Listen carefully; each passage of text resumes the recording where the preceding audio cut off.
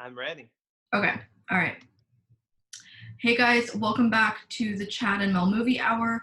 Thanks to Chad, we are going to be discussing House by director Nobuhiko Obayashi that came out in 1977. It's, I dare to say, a cult classic, but I was just introduced to it and I was not on nearly enough acid to process what happened to me, but we're going to unpack it nonetheless. But I'm going to throw it over to you, Chad, and if since this is your recommendation, please let us know what the hell we're dealing with. Sure thing. Well, this is one of my favorite movies just because of how insanely bizarre it is. Some of which I think is totally intentional and brilliant and genius, and some of which maybe is a happy accident. I don't know, but it definitely is a cult film now. It's been inducted to Criterion Collection, so through that, I think it got some exposure to different audiences. But it's definitely one of the weirdest, more bizarre films I've ever seen in my life, and just because of that alone, I wanted you to see it. Yeah, I'm hashtag blessed. Like I tried to rewatch a little bit of it, like as I was on my phone, like getting to and from work, just to like make some more notes. But like it was too psychedelic to like even do that. But what took me by surprise is in the opening credits that it shows that it's part of the Criterion Collection. I had no idea that this movie even existed, let alone it made its way into Criterion. So that speaks obviously to the impact this movie's had over the past 30 some odd years. Definitely, definitely, and I love how it's one of those films where it's so there's no regard for structure or traditionality in filmmaking. It's just like they did exactly what they wanted to do. And I was reading a little bit about how Toho Films, Tokyo Hollywood Toho Films, basically gave them the green light, like, "Hey, we would just want you to go ahead and do something totally crazy." They already knew the script was crazy and didn't make sense, and it's just interesting that they were like, I think, struggling at the time, and they were like, just go ahead and do something weird like this. And I think it's weird to Americans because the culture is so different. So a lot of Japanese stuff is weird to the average American, and I'm a little more into like that aesthetic anyway through anime and other things I've seen, and I'm sure you as well. So probably we're more open-minded to it than the average American, but even to someone who's been exposed to Japanese culture, it is really bizarre, even to the Japanese, I think. So it's bizarre on a lot of different levels, but it also works on a lot of different levels, and it's like mind expanding. And I just love it. I just, for all those reasons, I think it's super creative. It has our elements of, it's almost like Sailor Moon meets like A Nightmare on Elm Street or something like really bizarre. And it's about this group of girls that go with their friend to her aunt's house, and with a cat, and the house proceeds to basically come one by one. And I just think it's so creative, and I love having an experience with a film where it's totally unlike any other film experience you're going to have, and this is one of those films. And there's not that many films like that are just totally don't have any regard for structure, or they just kind of throw everything out the window. And some of them are just bad films, but I think in this case, this film is definitely interesting and definitely worth watching. I don't think it's a bad film either, honestly. I don't think it's a bad film at all. And to your point that, well, first of all, that was like a great like just overview of like the plot. But to your earlier point, like some of it was, you feel like maybe some of it was intentionally campy or comedic, and some of it was just accidental or like, you know, like give it up to God, like it just happened as such. that's how I read it when I was watching it. Like that was even one of my notes to ask you, like, how much of it did you feel like was intentionally designed to be like just no regard for any structure and just completely nonsensical versus like it was just the way that he saw the vision, kind of become manifest. I mean, it took my breath away, like in the last 10 minutes, which we'll get into, of course, like just, oh my God, like I could watch the last 10 minutes of that movie over and over and over again. It's so good. Right. So I think that there are bad films out there that have a lot of happy accidents in them that are just fun to watch. Like I'm a fan of bad films actually, and I love to watch them. This again, to we both think is not a bad film, but the reason I bring that up is because it has a lot of choices that sometimes bad filmmakers will make, and sometimes it comes out good, sometimes not, depending on whatever the results are of that choice. But they're all this film makes nothing but unconventional choices, which I love, and I do think that most of it is intentional. I think most of it is like I said, they started with a script that was already bizarre, so I think they really ran with it, and I think there is a lot of intelligence behind it, in terms of the filmmaking and the director and all of that. So I think most of it is probably intentional. Again, there's so many different levels to it, right? Because you have like culturally us as Americans, and you and I are more open to the bizarre. Let's put it that way, and probably more open to Asian cultures. But you have that level. Like if you just showed this to the average person, I just love it because it would just blow their mind in so many ways.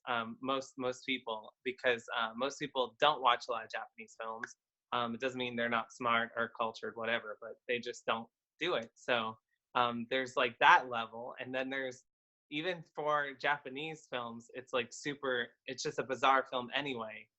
So I love that, but I love it. It does remind me of Sailor Moon because you have all the girls, and they all have their own personalities like characters.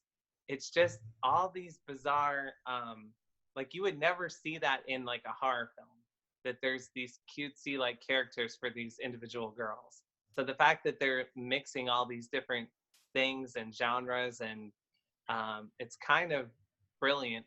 And there's so much, I think there's far too much energy and specificity put into the choices they're making visually for any of that to be an accident. I think they're definitely, I was reading somewhere that they were trying to make the special effects not look real, which is sometimes harder than just accidentally doing bad special effects. But to try to achieve bad special effects, that's like an art in and of itself almost. And now that's really popular with like uh, uh, vaporwave and like all this like 80s throwback like VHS effects on videos and stuff. That's been super popular recently, and this was kind of like a version of that in a way, like trying to do like outdated special effects but in the late 70s, and but just to see what they would come up with. I think a lot of it was experimental too, and I think there's a lot to be said for experimental films, and you're going to get all these results that you wouldn't otherwise in film, which is surprising and fun and special. Agreed. And one of the things that I was reading actually on IMDb is that the director claims that this is the first Japanese film to use quote unquote video effects, which he applied in a scene to make one of those girls dissolve underwater through low fidelity video and a simple chroma key effect. So, like, lo-fi, I know what that is, but like chroma key, like I don't exactly know what that means in the context of like filmmaking, but I thought that was an interesting Right. like trivia nugget. And then, one of the things that I was Yeah. reading is that speaking of the girls, it's centered around the main character, which is this young woman named Gorgeous, and then her like six other friends, like who are all named after like things that I guess that like embody them. So there's Gorgeous, there's Fantasy, there's Sweet, There's Mac, which I think is short for like, I don't know, because she was like the chunky girl that likes to eat. So some people said it was short for Big Mac. I don't know. But then there's Kung Fu, and then there's Prof, which is short for professor. So you have these, to your point, like these caricatures, like these Sailor Moon, ideations of like different types of like Japanese schoolgirl. And he was saying that the director was saying that the script was partially inspired by his preteen daughter describing her nightmares to him, which like took me like aback and makes me want to rewatch the movie over and over and over again. But like with that lens too, did you like get any of that, or like thoughts, questions, comments, concerns? I heard that as well at one point when I was reading through things, and the fact that he was that open to like this to a young girl's nightmares and dreams are so like rich with inspiration, I think, for songwriters and filmmakers. And so many of the films that we like are inspired by like dreams and dream imagery. And so I think that's really cool that he was like open to exploring that and experimenting with that, because most commercial filmmakers wouldn't I don't know if they would find inspiration in those type of things, or really seek out inspiration, period, in Yeah, those kind of creative ways. I think a lot of commercial films that are made now especially are just trying to check the boxes. right. Yeah, I was reading some of the reviews that came out in 1977, and it was actually like it got fairly impressive like critical acclaim. Like people seemed to get it. Like there was a couple people that like shat on it, but like out of like 147 reviews, like there was only 2 that were like, this is nonsense, like we're not about this life. But everybody else like seemed to get it, and I thought that was amazing. I mean, 77, you have like a lot of like horror starting to come out, both mainstream and otherwise. And I think like for people to really like sit down and or go to a theater even, it was, let me take this back. Like I was looking at the box office gross for this movie because like I guess it, it came here, of course, to America after the fact, right? Like it debuted in Japan, but it grossed $12,000 in the US, like 12,000 and change in 1977. And like worldwide, it's only grossed like 240 something thousand dollars. Like it's just the lowest of the low. But like to imagine like an audience paying to see this movie then or now, like to your point, like who the hell would like sit through this nonsense? I mean, it's ridiculous, it's absurd, but it's like beautifully so, like you go into it knowing like this is gonna be just nonsense, like fever dream, fetishization, like just subversion, like all of these things. But one of the things I wanted to ask you about is like kind of piggybacking off of what you brought up in our Midsummer review about cultural, like the implications of like stereotyping a particular culture. In that case it was like Scandinavian culture. In this case, like do you think, because the fetishization of Asian women in general is like a huge thing, but that particular stereotype of like the Japanese schoolgirl, like do you think he did like chose them intentionally as like characters to subvert it, or do you think this was like pre even thinking that way? Does that make sense? It does. I think there's a little bit of that, but I don't think it was, I didn't get a sense that it was super fetishized in a sexual way, but I thought that he was definitely pulling from his culture. So I think he was pulling from a bunch of different places, like you said, his daughter's dreams, the script originally, of course, but I think he was like visually, there's so much in there that's so interesting. And but I think the whole schoolgirl thing was like already popular probably at the time. I don't know. It just seems to, I don't know when Sailor Moon had to have been after this, because this was 77. Yeah, I think so. But I think that stuff is so like intrinsically Japanese. And so, I mean, I think that there's so many people in that culture that were into that, male and female. So I think a lot of the females like were maybe more than the men were into that kind of like cutesy, hyper feminization of themselves. You know what I mean? Um, but I also wanted to say that someone who enjoys this film, they're seeking out strange filmmaking choices. So you definitely, like you were saying earlier, you definitely have to have like an open mind. You can't, and that's what I think would be fun. It would be to show this film to people who are like just totally not about it, and just just watch them either get like angry or like have, because what's so great about this film is like it or not, you're gonna have like a strong reaction to it almost. And I think that that's what's so much fun about sharing certain films with certain people, or different types of people, is to see it like through their eyes. You know what I mean? um, but I think the characters of like the schoolgirls and stuff like that was just him pulling from Japanese culture at the time. It'd be interesting to research that more though. I mean, that's just a guess of mine. But Yeah, I think that like the best thing a movie can do or any art can do is to make you feel something, whether it's like fury and rage that and disappointment that you like invested time and money and resources on like looking at something or going to see something or reading something, whatever the medium is, or like whether you loved it. Like if you're complacent about something, then like somebody did something wrong. So I think there is definitely something to be said right, about that.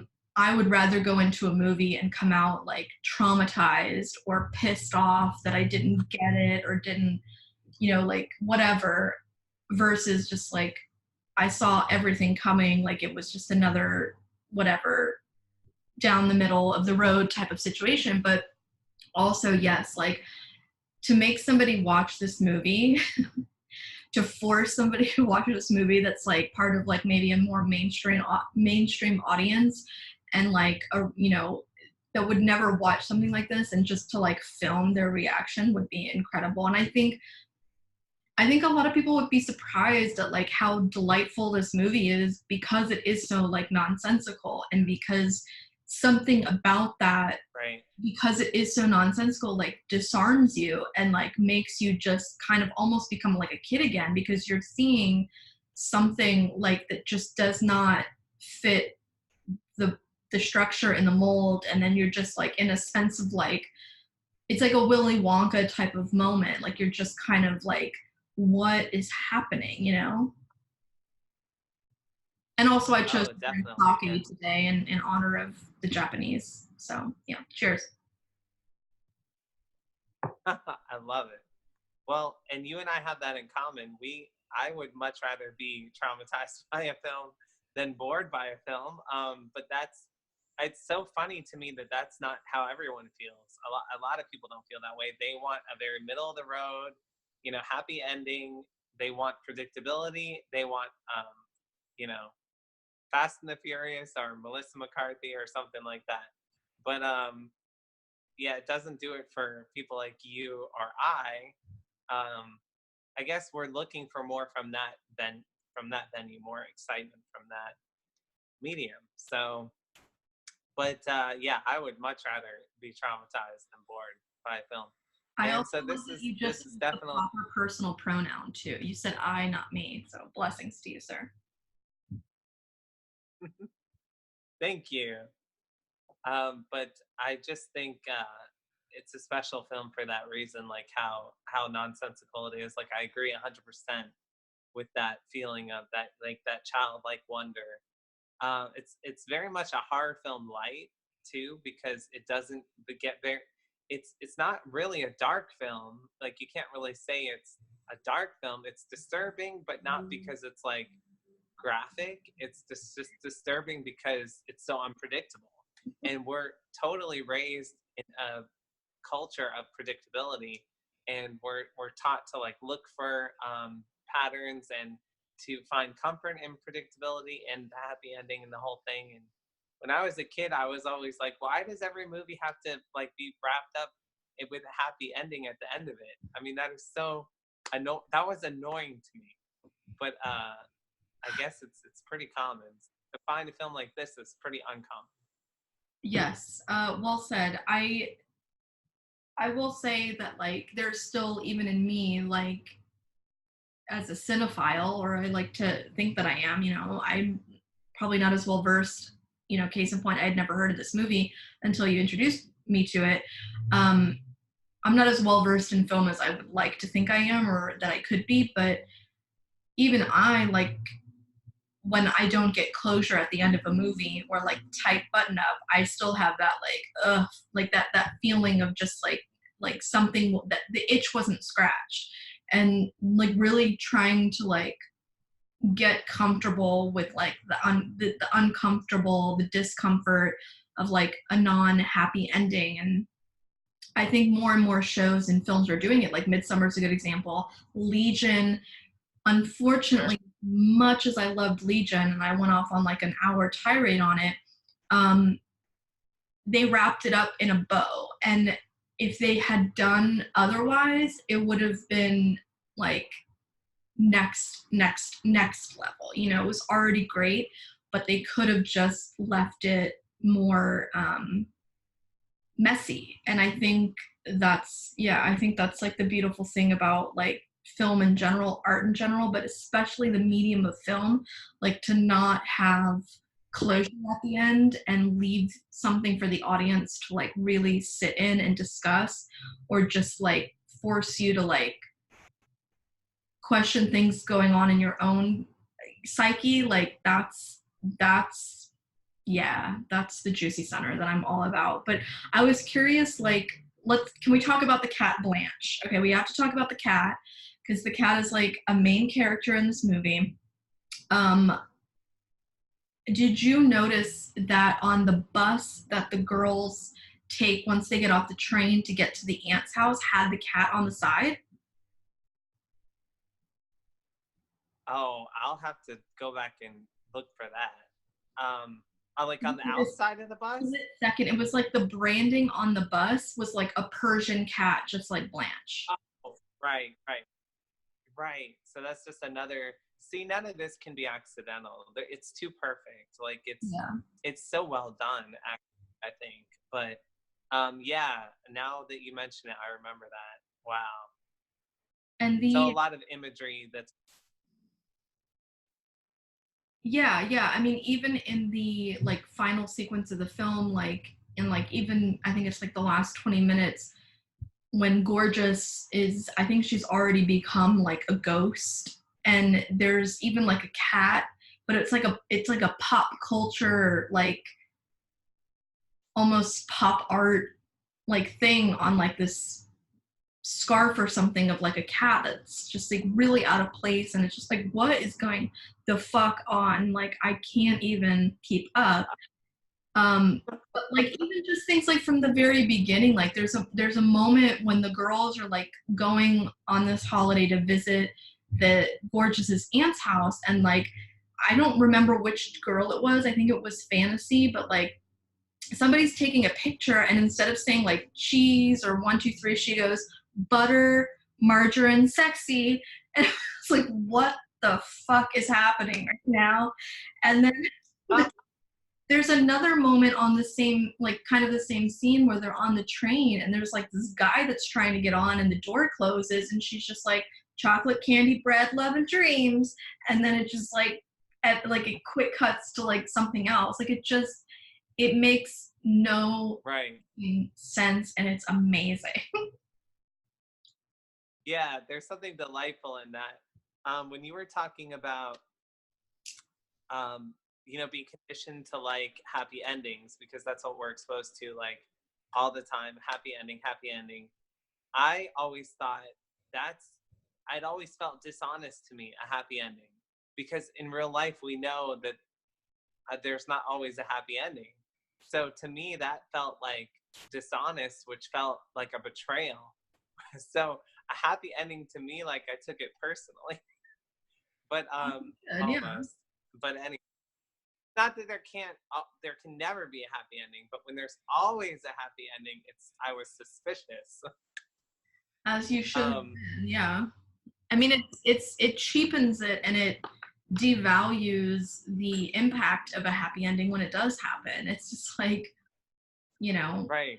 you want somebody to live, everybody wants to live happily ever after, but when it happens all of the time, it's like, man, like, this is not realistic in any way, shape, or form. It does not reflect art. I mean, it doesn't reflect reality, but it's certainly even like an artistic interpretation of reality. Like, it just doesn't land, because it's like, you can't Right. win at roulette like every time, like.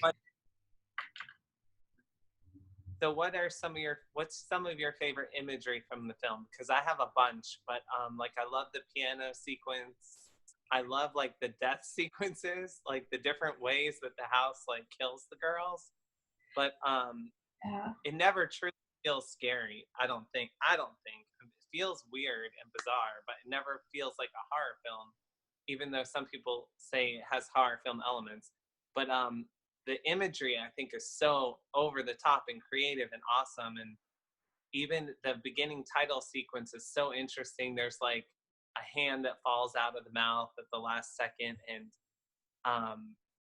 but what are some of your favorite like images from the film? I'm so glad you asked. So, like, even like to your point, like from the opening sequence, like there's like this moment in the opening, like right after the opening titles, where I think it's gorgeous in fantasy, but like one is taking a picture of the other inside of a classroom at like their science chemistry set lab, but like it's covered in like screen is covered in like a green film, and the girl that is having her photograph taken, I'm assuming that's fantasy, I'm not sure, is she has her school uniform on because they're at school, but she's also on top of that wearing like a cloak, and like they're doing like, it's just like very eerie and spooky, and then like you're like, oh, what's going on? And then all of a sudden like the green film comes off the screen, or the camera rather, and then she takes the cloak off, and then they're just like two giddy schoolgirls in their uniform looking at the photos they just took at the window, like they just took an Instagram like selfie or something. Like, it just made no sense. There was no like contextualization of what was going on. It's never explained. It's never addressed. It was amazing. Right. I loved all of the scenes of like Blanche the cat with like lasers coming out of her eyes. And like there was one scene where like I think it's the murder scene of Melody where she's playing the piano and the piano ultimately kills her. And then you see like Blanche, like the way the editing is done is just crazy, but like you see like Blanche like walk across the keyboard, and then it like rewinds, and then fast forwards, and then rewinds. But ultimately, like my favorite shot I think was like the ant in the attic or something dancing with the skeleton. Like, it just, nobody knows, like no one knows, and it just happened, and it was like delightful. It's not a scary movie. It's just too campy. Even Right. there's a scene where like I don't even know where in the movie this happened, but I think it's when the girls are like leaving the city and going to the aunt's house in the country, and like you see like the cityscape, but it's like Sesame Street, and then there's just like people singing and music, and like it made no sense, but it was like magical. It was magical. Oh my gosh, there's just so much in this film. Like, there's so much imagery packed in there. It makes you wonder how they even pulled it off, because I would guess this was like a short filming schedule and that they pretty much banged this out. But Yeah. to do it at that level, this creatively, it's just. And in 1977, you have to like put yourself in the shoes of someone seeing it at that time.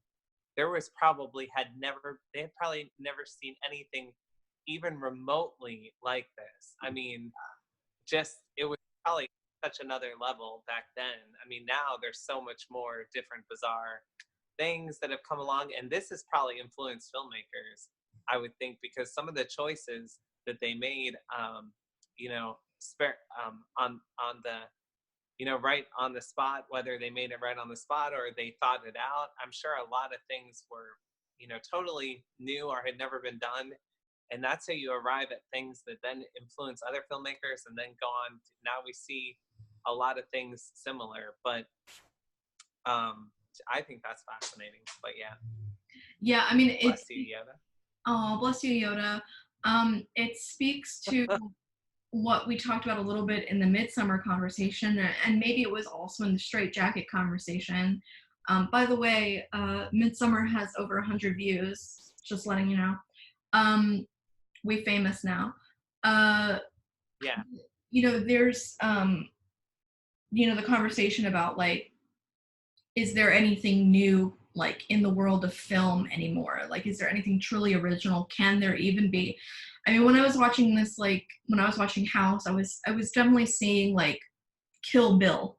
Like, there was, like, I was like, how Tarantino must have seen this movie, because there were just so many things. I mean, I know he's, like, huge into kung fu and that genre. So of course he didn't take just from this movie, but he had to have taken from this movie. And I was going to ask you if you had any thoughts on the fact that there were 7 girls, because in Kill Bill also it's there's not 7 girls, but, like, the band that's playing is, like, the 77s or something, like something about the number 7. But did you think that did you read into at all the number 7, or feel like that had any weight on the film outside of it just being the number of girls? Oh, it probably did. I just never thought about it. But that's really interesting. Who knows what kind of links there are to films that came after this. I'm sure a director like Tarantino would be like been exposed to so many amazing films and obscure films, and he himself has an obscure film collection, which is amazing. And I've been to his theater that he has in LA that only shows 35 millimeter, and so I'm positive he's seen this. I don't even have to wonder, but I don't know. What's funny to me is that I don't believe in numerology, but I love it when someone works it into a film, just because it's more interesting to layer in more meaning, even if it's something I would otherwise not think that much of. Do you know what I mean? Yeah, absolutely. Like astrology or something like that. You know what I mean? I think it's cool to use in a film, even if it's something that I'd be like not down with in my personal life. I don't know. Well, I mean, I think that speaks to, like, your, I obviously know you personally, so I mean, I can say that speaks to your, like, open-mindedness and sophistication as a person. But I don't think an average audience goer who has, like, belief A or belief B would go into, a really intense film like a Midsummer, or see something as, like, genre bending as House, and be able to, like, put that aside and look at it objectively like you. So I think that's amazing that you're able to do that.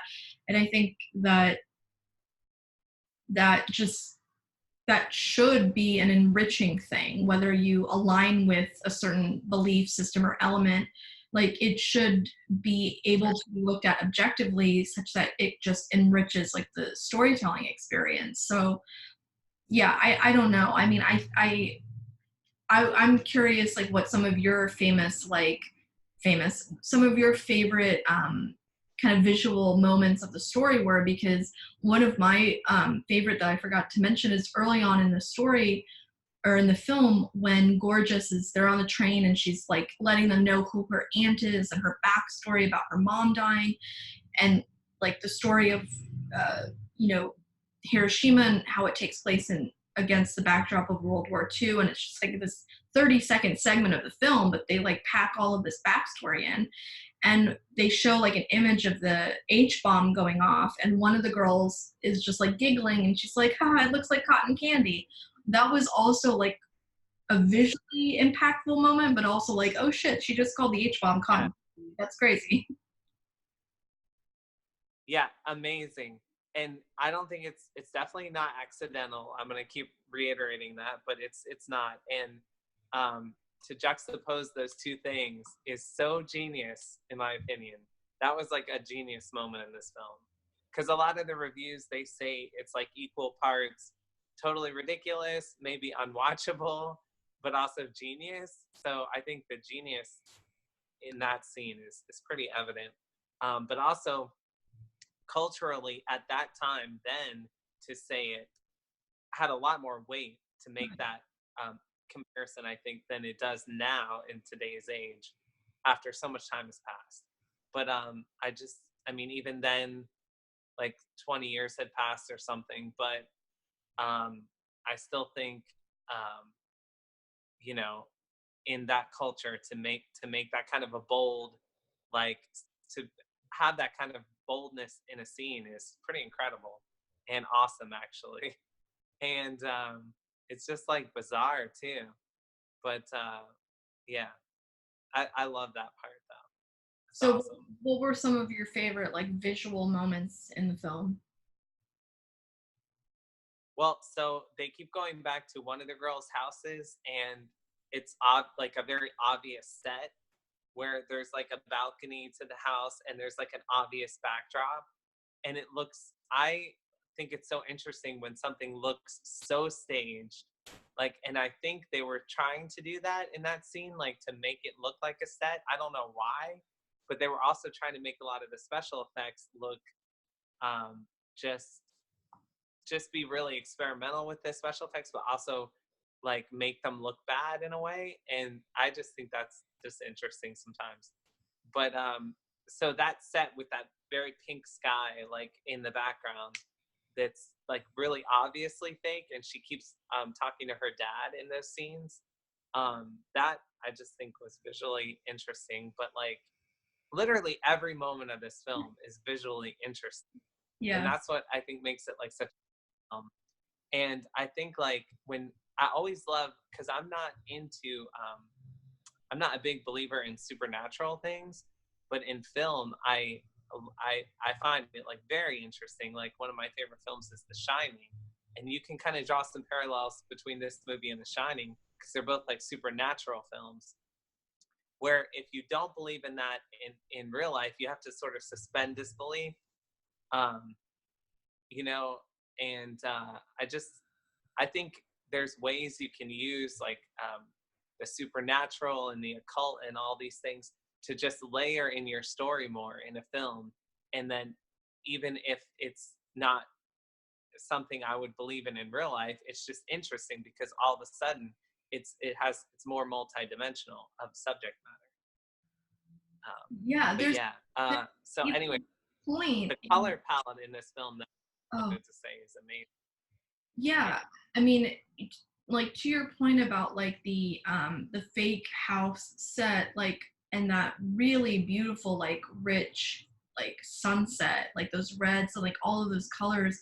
But like what I noticed is like when they're shooting the opening moments where Gorgeous and her father are on that balcony and he's introducing her to her soon to be stepmother, like the audience is looking at them on the balcony from like inside the living room, and there's like this pane of glass, so it's like the audience is like in the living room like peering out through the glass onto the balcony, so you're seeing it through like a veil already. I thought that was like pretty amazing. And right. That's the thing. yeah, shit, there was something that you just Very said. much opera. Wait, it's very what? Sorry.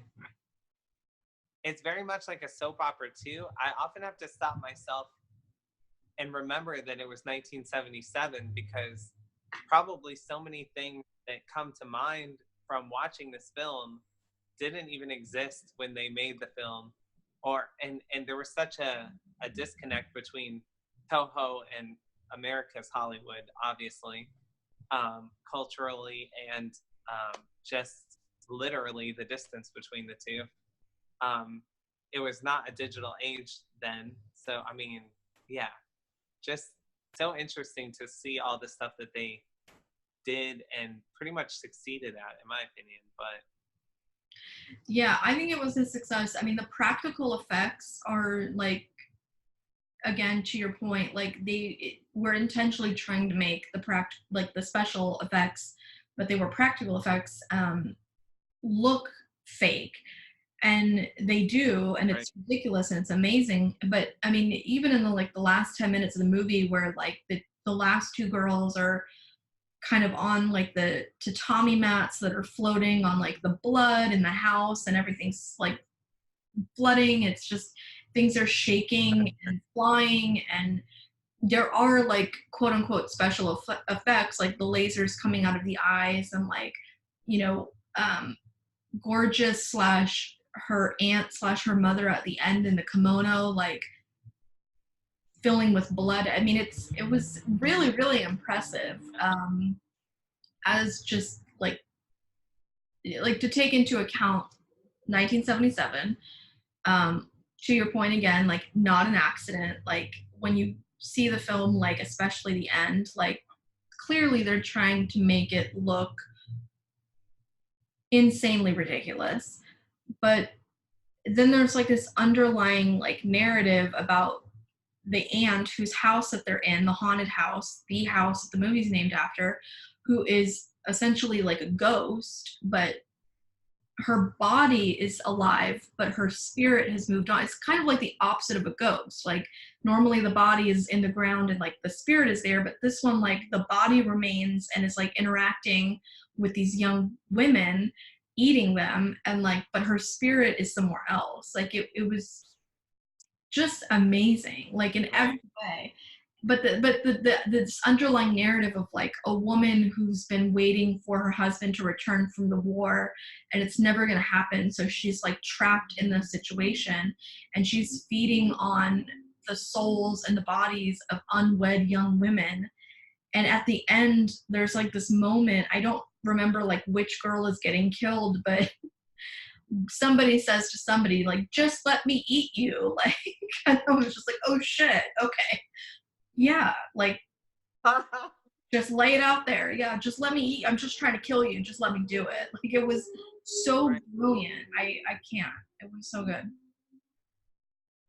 Yeah, and I'm wondering what messages they snuck into the film about um, the nuclear age and war and all those things that maybe were not so overt, that and why they would feel that they wanted to kind of sneak it in a way. Like, was it not acceptable in Toho at the studio to discuss certain things as much or focus on them? You know what I mean? Um, it's just interesting, but definitely some things are in there on a deeper level. I mean, you cannot deny the whole atom bomb to cotton candy, especially coming from the Japanese perspective, with what happened with Hiroshima. So, I mean, that's just, it's kind of incredible and mind blowing, but it's awesome. Yeah, and uh yes, all of that, all of the above. Like first for this conversation, you know, to be happening or not happening, but like entering into the audience's subconscious about, you know, World War II and Nagasaki and Hiroshima, and just like the narrative, like what else is snuck in there on like a subconscious level. Again, it's one of those movies you have to watch like multiple times if you have the patience and the inclination to do so. But you know, the there was a moment early on in the movie, like there's this character, one of their professors, Mr. Togo, and like the girls are like they all have crushes on him, and he like they even say like, when they're looking at like the backstory of the aunt and the mother and the H bomb, they're like, oh, men were more manly back then. Like there was a romanticization of the past, which we still do today. I mean, I do, but yeah, I mean, I don't know, I'm kind of like losing the tether of where I was going with this, but the idea that you could tell this from a Japanese Godzilla, right? perspective is incredible. And you've seen, of course, the original Godzilla, right, from the 50s. Hmm. So that was probably one of the earlier examples of them addressing like nuclear fallout and the fear of that and the legitimate fear of that and putting it in a film, and they literally made it a monster. They, I mean, that first film has a lot of that first Godzilla film is not silly, and it's serious, and it has like a ton of that kind of stuff layered into it about um, nuclear bomb and Hiroshima, and then after that it just became what it became. But Right. so it's interesting to see any culture express, any director of any culture express themselves and then put those things into the film that are way more meaningful. You know what I mean? Just really, that I think is awesome. But um, I'd like to know more about just like the intentionality of it. Same. And I remembered where my tether was going, but to your point about Godzilla, like all of those iconic kind of caricaturized shots of like the Japanese people on the street, like looking back and running from Godzilla, are taken from like actual shots and photographs and footage of like people trying to outrun Hiroshima and Nagasaki and like the fallout from.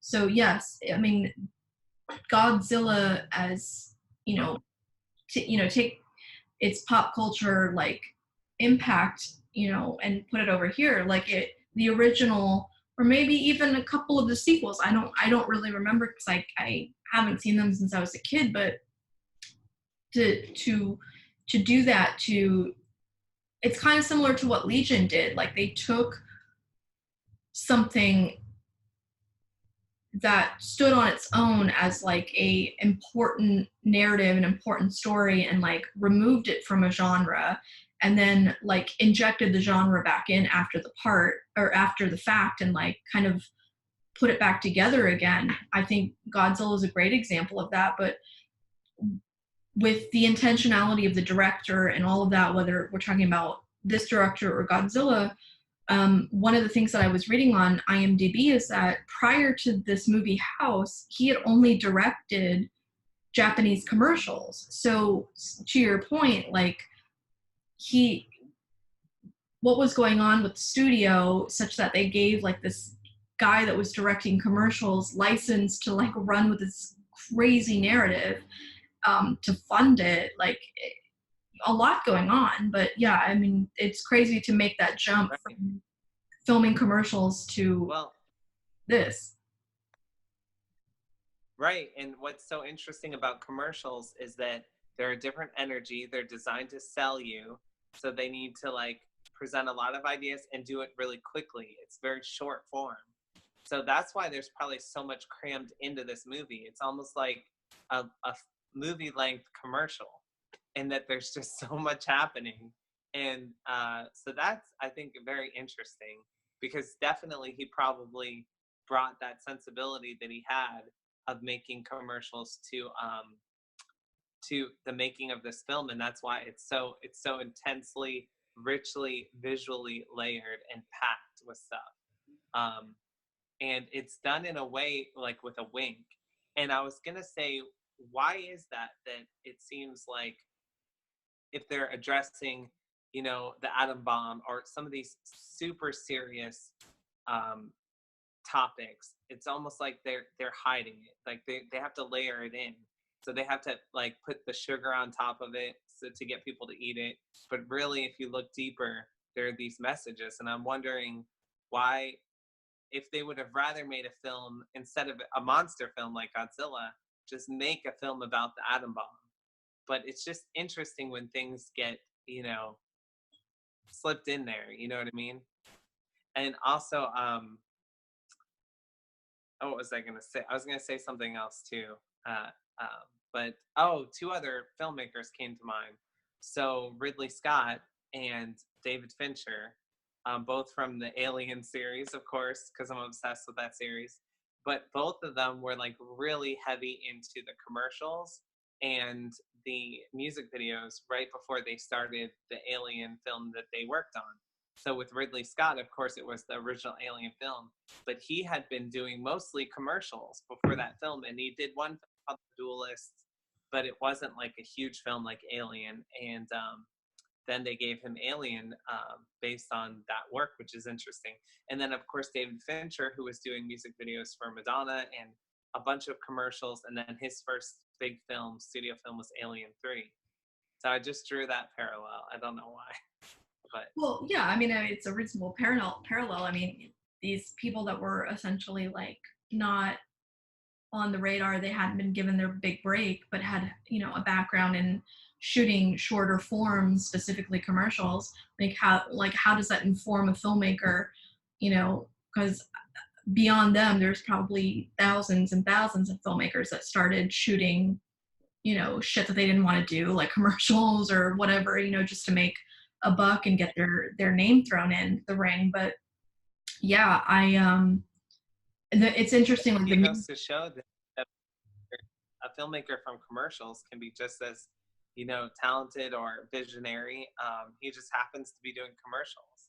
But I think whether it's a commercial or a short form or long form, you have that vision in there. A studio can really look at it and be like, hey, there is a lot of talent here, you know, like they did with those directors. But yeah, I think if the eye for it and the talent is there, then it's going to be there regardless. Yeah. Yeah, I agree. And I think it speaks to like identifying people who know how to tell a story. Like, not to go off on like a full sidebar, but like one of the things, you know, they're doing with Spaceship Earth, I don't know if you saw like some of the stuff they're doing with the Epcot overhaul, is they're going to close down Spaceship Earth at some point, and they're going to keep most of the original like scenes and whatnot, but they're going to change it insofar as they're going to introduce this element which they call like a storytelling light that's going to like dance through the ride. But they're going to change the narrative of Spaceship Earth from like the burgeoning of technology within the human race to like the importance of storytelling in the human race. And I'm totally okay with that, because I think, to your point about folks coming from like humble beginnings, whether it's shooting commercials or shorter forms, like identifying people that can tell a story, because there are great commercials out there. There are commercials that we all still like know from childhood or even from like the present that are just so impactful that like you can just name them and you remember like what they were selling and what the brand is and this and that, because they told the story. So I think that, you know, somebody like this particular director with House, as like disjointed as the narrative is in terms of like visuals, like there is an underlying story. And the one that I read from House is that you have this woman who was waiting for her husband to come back from the war. He didn't. So she found a way to quote unquote survive by her body living on and feeding on these unwed younger ladies that would come to the house. And in the movie, it even says like, I think it's like in the last 2 minutes, when the stepmom gets to the house and she's interacting with Gorgeous slash the aunt slash the mom, whatever, she says the story of love must be told many times over. And just that underlying narrative of like a woman grieving and how she's surviving even in the afterlife with that grief is a testament to the like his abilities as a filmmaker. Because after all of that nonsense at the end, I was just like, oh shit, like empathy, empathy, empathy. Like there's a story here after all, you know, it's not just a crazy hot mess, you know, like, so yeah, that's what I got from it. And I was so thrilled when I got to the end of that movie, because I was just like, I want to watch it again, and I want to watch it again. I want to watch it with you, and like just there's so much back. Yeah, I need to see it again too. We definitely should watch it sometime together. And I have a sidebar too. Have you seen the Dark Crystal series on Netflix? Okay. So I just rewatched The Dark Crystal so I could just get reacclimated last night. So that is probably what I'm going to start tonight. But everything that I've heard and read is that it is amazing and does not Yeah. do Jim Henson dirty in any way. Yes, it's incredible. I mean, I highly recommend it. I'm on episode 8, I think, right now, and I also saw the making of feature, which is like Sure. an hour, 40 minutes or so, but which I would recommend you watch after you see the series because there aren't like spoilers per se, but kind of. So, and I knew that, but I watched it anyway. But so watch that after the series. But Okay. it's so awesome so far. I can't wait to touch base about it with you, and I think you're gonna love it. And it's so rare to see. I'm always attracted to these things that are unusual. So it's unusual to see something done the way the movie was done today, and they're honoring it. They didn't just do like CG it, the whole thing, and they used real the puppetry. The skill in that is incredible, and it's amazing. So I cannot wait to discuss it with you. Yeah, we can do a whole thing, or we can just like talk offline about it. But I'm really excited. Um, Marissa and Sean have started watching it, and they were singing its praises. But like everything that I've read and what I've seen that I have been unable to avoid on the internet is that like the use of actual puppets as opposed to just the easy way out and just CGIing the whole thing is like so amazing because a whole other video, we need to get back to that, but also like what a beautiful like tribute to Jim Henson's legacy that they didn't bastardize it, and yeah, I'm so excited. I'm so excited.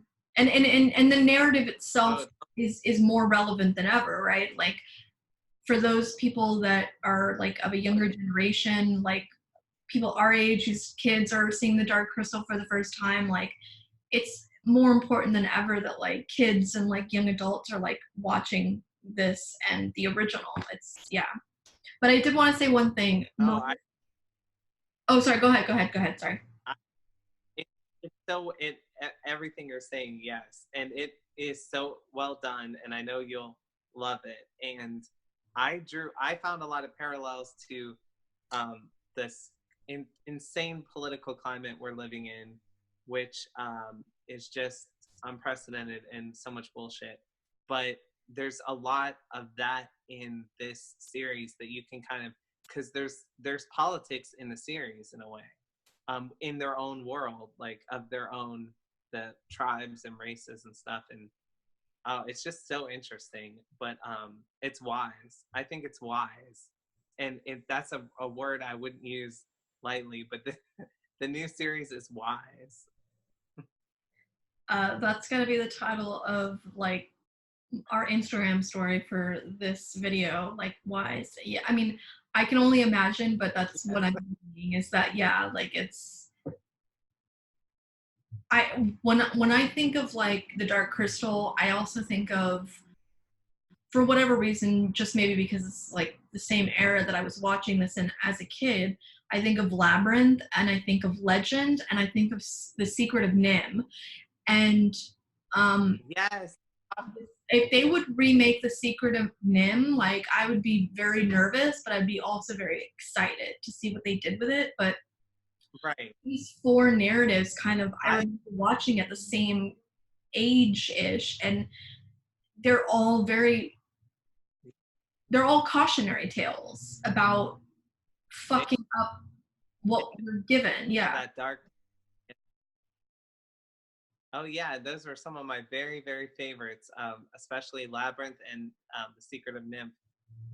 But so I really hope that now that they are like on a roll, that the same team does a series for Labyrinth the way they did for Dark Crystal. I think they should do a series just like they did for Dark Crystal, but for Labyrinth. I think it would be so amazing. So I really have my fingers crossed that they do that. Yeah. Oh, well, Sindel has entered the room. Excuse me, we're on camera. But yeah, I mean, Jim Henson was behind Labyrinth too as well. So yeah, she's gonna be screaming. Excuse me, we're on camera. Anyways, I wanted to say, yes, if they were to adapt Labyrinth as a prequel or a sequel into a series, I think that television would be a great medium to expand upon that. And again, because it has Jim Henson, puppets and whatnot characters, that would be amazing. But Marissa offline had implored us, because it is your favorite film and because it's one of mine, maybe not my favorite, but it's up there, that we need to do a review of the Alien saga. Like, we need to unpack each and every movie. Okay, so I'm totally down. The only ones I would rewatch would be like the prequels, like Covenant and Prometheus. The others I don't need to rewatch, but I would love to do that. And we could take it like, we can go Alien, Aliens. Well, actually, it would go like Predator, Predator 2. I don't know if you would count those. And then the Alien versus Predator ones. And then Alien, Aliens, Alien 3, Alien Resurrection. And then it's in Covenant. Yeah. So I don't know. No, I think that's the right order. I would totally be down to do the Predator, Alien, Alien versus whatever the fuck they're called, because you have Michelle Carter, right? Is that her name, from Destiny's Child? In which one? Alien versus Predator Part 2. I can't. But those are like unsung movie, like they're really good narratives and like really good backstories. I mean, they're shitty movies, but like they're really good in terms of like enriching, like like let's do it. I agree. Like there's definitely really cool stuff in there, and in terms of the whole universe, it expands it in some really good ways.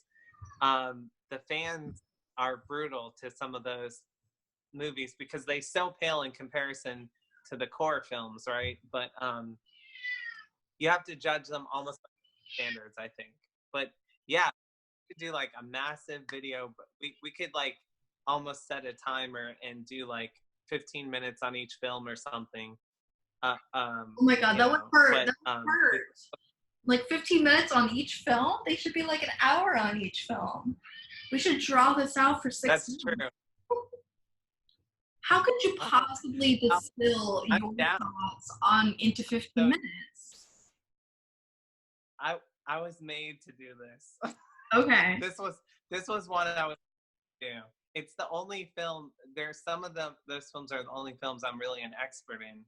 So just because I spend so much time like reading about Alien, specifically the original film. But yeah, I'll have to rewatch some of the other ones. If we want to do, we could just do, Alien through Alien Resurrection, the 4 original films. Let's do it all. Okay. We'll follow your chronology. So you said the first one chronologically was which film? One of the Predators? I believe, I'll double check, but I believe the best chronology, and I'll research this and get back to you, would be Predator, Predator 2, Predators, The Predator, then like Alien vs. Predator, Alien vs. Predator, Requiem, the second one, right. Then Alien, Aliens, Alien 3, Resurrection, Prometheus, and Alien Covenant. Okay. Yeah. All right. I think this is what the audience wants. Yes, an Alien Covenant, then Alien, then Aliens, Alien 3, Alien Resurrection. Okay. So Prometheus and Alien, of course, are prequels. I don't know why I put them at the end. No, but for other reasons. But they're not really prequels, though. They're almost like kind of. I mean, they are, but they aren't. So you could put them at the beginning. Right. They're like half prequel, half reimagining. Yeah. Well, I really resent having to watch Resurrection again, but I'll do it. I'll do At it. least Sigourney Weaver kicks ass. Yeah. I mean, yeah. At least Sigourney looks sexy and amazing, and is so talented in that film. And you get Winona Ryder. She's pretty cool. Who doesn't love a droid Winona Ryder? She's no Lance Henriksen, but yeah. You're right. I want, obviously. Before we wrap this I'll up, have to do that. I'll have to have my statue in the background. obviously, make sure he's well dusted too. Swiffer him or her. Yes. I wanted to. Oh man, there was. Oh, that's what I was gonna ask. Okay, before we wrap this up, everyone needs to see House. Okay, like when you first recommended House to me, I was thinking of like the American houses. You know, those '80s house movies, Right. like the skeleton and the doorbell. Like those were great too. But like when I saw the poster art for House of like Blanche the Persian cat, like the poster art just was enough to get me to watch the movie. But everyone should give this movie a chance. It's such a delightful mess of a situation, but there's like this beautiful underlying like narrative. And just, I mean, drop some acid, watch the movie, or don't. I don't know how to help you, just watch it. But I wanted to ask you, because we have one more movie to expect from Mr. Scott after Covenant. What do you think the audience should expect from that narrative? And do you think we should / will get a Sigourney cameo? I think a Sigourney cameo is likely because she has said she wants to do it, and they know it would be like popular to do it. What form it would take, I have no idea. Do I think he will? I think it's almost impossible at this point to predict what it's going to be like, what the film is going to be like, and what Ridley Scott is going to do, because he's done a lot of flip-flopping. So like Prometheus, even during the production of Prometheus, there was so much like flip-flopping.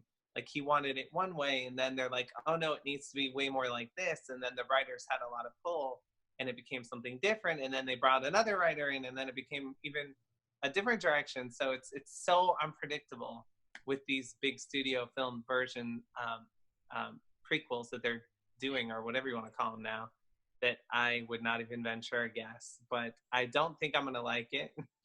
I mean, I don't dislike Covenant or Prometheus, but I think the real hardcore fans who love the nostalgia of the originals and love them for what they are, we have to just accept we're not going to get more films like those, and that's that. And so we're moving on, and then these are more modern day films, which is not really my cup of tea anyway, but there's definitely always going to be cool stuff in them. So I try to like lower my expectations and just appreciate them for what they are.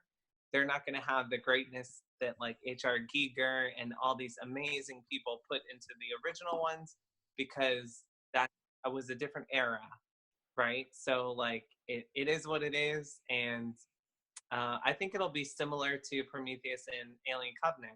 Even Covenant is very different than Prometheus, though. So Right. it's tricky. Yeah, and I think Very tricky. the entire like disclaimer that you just made, get your ass and whole body out of my shot. The entire disclaimer that you just made should hold true for like the Star Wars people that are like up in arms about every last detail and like like Crimea. Right. It ain't 1978, it ain't 1982 anymore. Like you have to just let the narrative evolve, right? Okay. But yeah, I think that with Aliens, at the very least, like the thing that would keep me invested in the Prometheus, Covenant, and whatever the title is going to be of the final moment, is that Ridley Scott is behind it. And, you know, it would be like George Lucas coming back and telling the story, but, you know, forgetting the prequels and the CGI nonsense. But like, you know, the original storytellers vision, you know, coming full circle. But we can end here, but I was just curious, like, you know, as a teaser I for have, go ahead. well, I just want to interject and say that I agree with you, but it where it kind of went wrong is that um, so obviously Ridley Scott is the director, but not the writer, and the writers have so much power now, and the studios have power to influence the writers. They might not have so much power with like an old legend like Ridley Scott, but kind of they do actually too. But so I think he has limited power. And I also think that ultimately it's really not his vision, it's whoever wrote its vision. And not that you're wrong, but of course you're right. But I just, if they You're so really give, kind. if they empower him more, I think it's to their service if they would empower someone like Ridley Scott, who really is a very visionary artist. If they would empower him more and maybe hire people that are more in line with his vision for it, rather than telling him, blah, blah, blah, the vision needs to be like this. You know what I mean? And hiring young writers that maybe want to do the series justice, but just don't really have the same vision for it that he does. I don't know. I think that's a really important point, because again, we talked about this a little bit in the Midsummer vlog. Like, we want to give like new artists opportunities and sounding boards, right? But like, we also don't want to like silence the visionaries on which, you know, they're referencing. And yeah, I think it's really a telltale sign of the times that even somebody as like the legacy that is Ridley Scott is subject to the powers that be, is very upsetting, but here we are. The fact that he's a part of this reimagining or whatever at all is something, you know, it's something. But yeah, I think if they Right. were able to solicit people that were in, you know, in line with his vision, and were able to steward it Right. in, Well, you know, to the next whatever era generation, would be great. But I really liked Covenant and Prometheus, or, you know, flip it and reverse it. But they're nothing like my personal the original. Like, it's Ridley apples and Scott, oranges. right. My feeling is that Ridley Scott is going to bring home the bacon when it comes to how it looks. It's going to look incredible. It's just going to have that like um I mean, even for modern day films, like Prometheus looked incredible. Like it just looks amazing. And I think he brings all his vision to that. But you have the meat and potatoes of it is the story. And it's not going to be written by him. They're just going to have to get their shit together with the writers. I think that was the crux of all the issues with those two films. And then we can trust him to make it look like an alien film, make it look like amazing. Um, but someone needs to write the damn thing really well first. Why don't Not that those weren't well, Where's your but screenplay? I just think Where's your screenplay? I should write. I've tried. I should Where is write one, the fan but fiction? Where is it? I don't know if I want to write an alien screenplay in today's climate. But uh, I don't think the writers are doing anything wrong. They're trying to make like a more modern day film. But what really bothered me was and we can save some of this for the long video that we're gonna do. But um, the flip flop from like Prometheus was one type of film and story and direction, and then they kind of focus grouped it and were like, oh well, there wasn't enough of the alien in it, and there Right. wasn't enough this or that, and then they just the two films aren't cohesive now, and now like they went in almost a totally different direction trying to pander in the second one, and it's like if you would have just saw it through, and even in the first one there was a lot of pressure to make it a little different than what it was originally going to be, And I think that the more that they like chickened out from just trusting Ridley Scott and the original writers, the worse it became. But yes, we should do a whole video series on this. It would be awesome. So are you gonna watch literally all of them? yes. So I actually not that long ago, like earlier this year, just because I had a hair at my ass, like I rewatched um Alien through Resurrection, and then I remember like when I like Nice.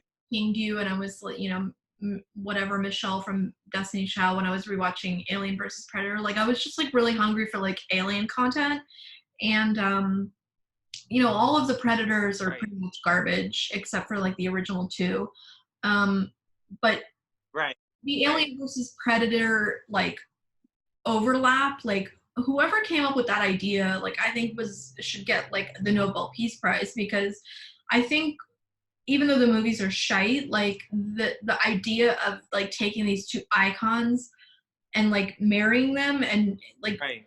gold. Like there's just so much to work with, and I really do appreciate like this backstory of like the Predators like being visited by the xenomorphs and they're their gods, and like this whole mythology I think is very rich and can be like dipped into, just like the Prometheus narrative is very rich. And that was going to be the last thing that I wanted to ask you is you know, and we'll go back, you know, into this when we actually vlog this, but the idea that the droids or the, you know, whatever, are the stewards of like the xenomorph's birth, like are you down with that like twist, or like does that feel like to you the studio telling Ridley what to do? Because I actually kind of dug that twist, but I was just curious what you thought. It didn't bother me, but I know it is the bane of many a fan's existence.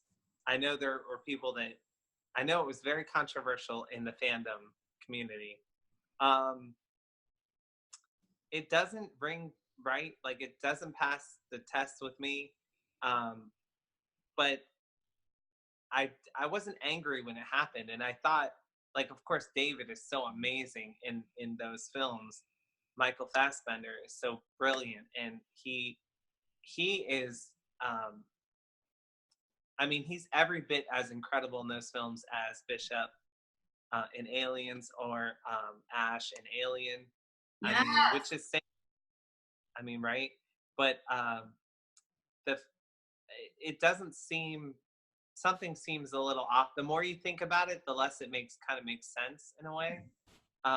Because originally, when you first saw Alien, the whole thing was hinged on how mysterious that world was and how mysterious these engineers were, and how they were like these exotic creatures that didn't really look human. So then to take them and to bring them into a spotlight and explain a lot about them and make them very humanoid and not all that interesting, it just, I think, left a lot of people like scratching their heads, like, why do that?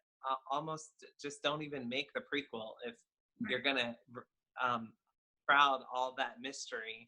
And you know, I mean, to me they did a lot of things the wrong way, but that's just my opinion. But Well, we trust your opinion and we love your opinion, and I can't wait.